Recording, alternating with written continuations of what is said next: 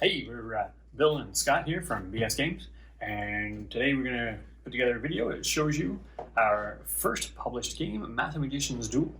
In this game, players take on the role of rival mathemagicians casting spells on each other using the most powerful magic in the universe, math. Now we'll take you to the overview and teach you how to play. Duel.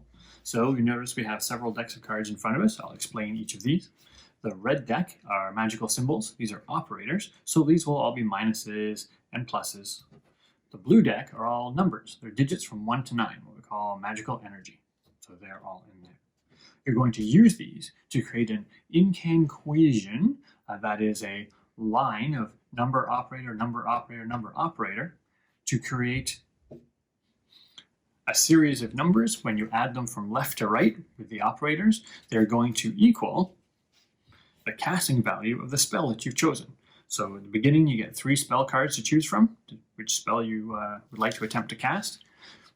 The target number is up here beside the equal sign. But if I were to play Burning Sparks, I wouldn't just be able to play a 9 from my hand and say I've cast my spell. I need to have at least 3 blue cards. That's 3 numbers in there in order to cast this spell.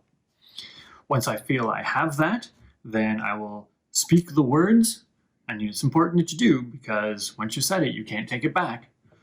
You say the words to declare that you're casting your spell. At that point, your opponent gets to double check to make sure your incanquation does in fact add up to 9 and has at least 3 blue cards in it. If it does, then your opponent will lose 3 magical strength from their scorecard. Currently I'm at 20. If you were to cast a spell on me successfully, then I would lower that down to 17 to keep track of where we are for magical strength. However, if I double check your incanquation and it turns out it doesn't add up to 9, or you don't have enough blue cards, the spell is still cast, but it backfires on you, at which point you would lose the 3 magical strength. And that is casting the spell. Once a spell is cast, it goes in the discard pile along with your incanquation. Gather up your blue cards, red cards that you used.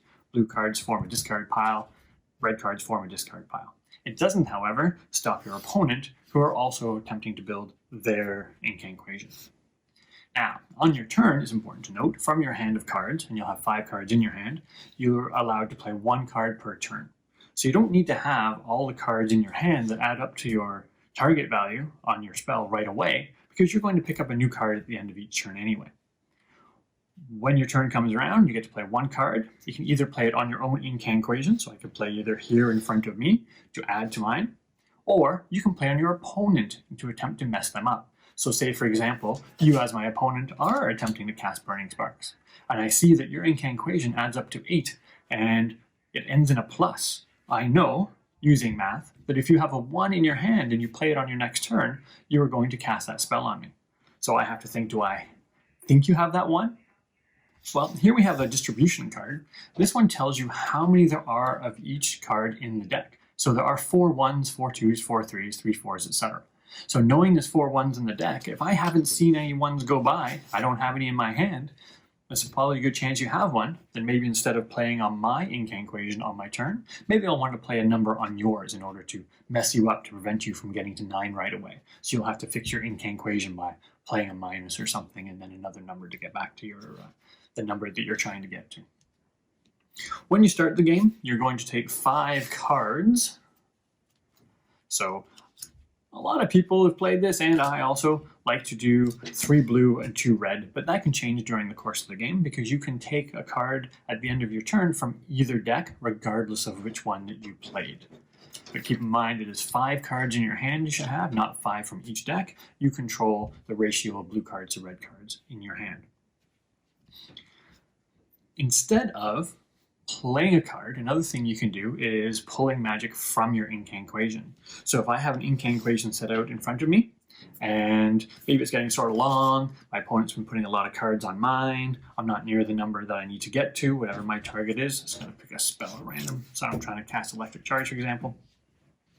I can take a card, a number, from my incanquation.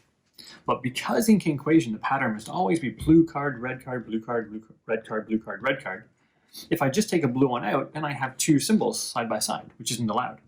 So when I take a number out, I must also take with it one of the operators on either side. Once I pull those, I put them back in my hand. They don't get discarded. And if that causes my incantation with those cards missing to now equal my target number, I can then declare it cast. But sometimes it's helpful just to get closer to your casting value, the target number of your spell. However, you can only do this move if the number of blue cards in your incantation is at least double the minimum. So for example, for both of these spells, since the minimum is 3, I would have to have at least 6 blue cards in my incantation before I did that. Since they go in my hand is temporarily overloaded. I would have 7 cards in my hand, so I would just not draw on my turns after that until I get back down to the 4 cards, which would then make me need to draw again. Also, you cannot do that move while you have more than 5 cards in your hand. That prevents you from doing it twice in a row, even if you have the right number of cards in your incantation to do that. And there you have it. That is, in a nutshell, the rules. So once you've got the rules down, you start playing, you'll see there's a lot of different strategies and things you can use to get to where you need to be to cast the spells on your opponent. So keep in mind that once your opponent loses magical strength down to the 15s, 11s, flip the card over, that's where the rest of the numbers are, and eventually, hopefully, you will get them down below 1, at which point you will have defeated them. Another thing to note, as your incantation does get discarded, these cards piles will get lower and lower. Once you do run out of cards in either of these decks, just simply take the discard pile and shuffle it into a new deck. But when you do that, both Mathemagicians lose 1 magical strength. Keep that in mind, because you can use that, especially towards the end of the game, very tactically. If you're going to choose a spell that does 3 magical strength and your opponent has 4 left, maybe this one's easier to cast than the one that takes away 4 magical strength, but if you know one of these piles is low, then you can just draw from that pile, both lose magical strength, now your opponent is within range of the damage from that particular spell. As an example, we've set up some incantations, so we'd be about 3 turns into the game here, and we're going to continue from here to show you the incantation. My opponent will be played by Bill's hands. You might see those come into the shot.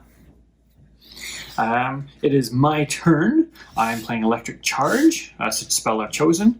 I need to get to a total of 2. I need a minimum of 3 cards. I'm currently sitting at 4 + 1, which is 5, which is a bit high, so I'm going to play a minus on myself, and then I'm going to pick up another card, and I can choose from the red or the blue. I am going to choose a red one, and that is the end of my turn. Now my opponent gets to play. They're at 13, they're looking for 9. Ooh. He's played a minus and taken a blue card, so he's at 13, so he's looking for a 4 to finish his off. So now that it's my turn again, I have the option of playing on him to take that space where that 4 that he might have would go. I'm looking at my options here. I have an 8 here in my hand, which I would not want to play on myself because that would make my incantation go below 0, which is not allowed. That would cause my spell to be cast immediately on myself. That's a misfire. I could play it on my opponent though, because it wouldn't bring him below 0. But I also happen to have in my hand a 3. So I'm going to play my 3 here, pick up to end my turn. But before I end my turn officially, I'm going to say, Tesla, what? Faraday. And my opponent's going to double check to make sure I'm correct. He's going to go 4 + 1 is 5, minus 3 is 2, which is what I want. I have a minimum of 3 blue cards. I do have the minimum. So he's going to agree that this is correct, at which point he's going to lower his magical strength by 5, because the spell does 5. I'm going to discard this spell, take a new one, add it to my spell pile over here, where I will have from the beginning of the game the 2 that I didn't choose from the 3 from the beginning of the game. I'm going to create discard piles for my blue cards, discard piles for my red cards. I'm going to choose a new spell to cast. This time I'm going to cast Freezing Wind, put those aside for later, and it would be my opponent's turn again. Note that just because I cast a spell, it doesn't cancel their spell. I don't discard my hand. My opponent doesn't discard their hand. It just takes the magical strength away from them, and the game continues. Which point my opponent plays a 1, so at 13 minus 1 is 12. still not there yet, and I now have the option of either playing on theirs or starting my new incantation for my new spell.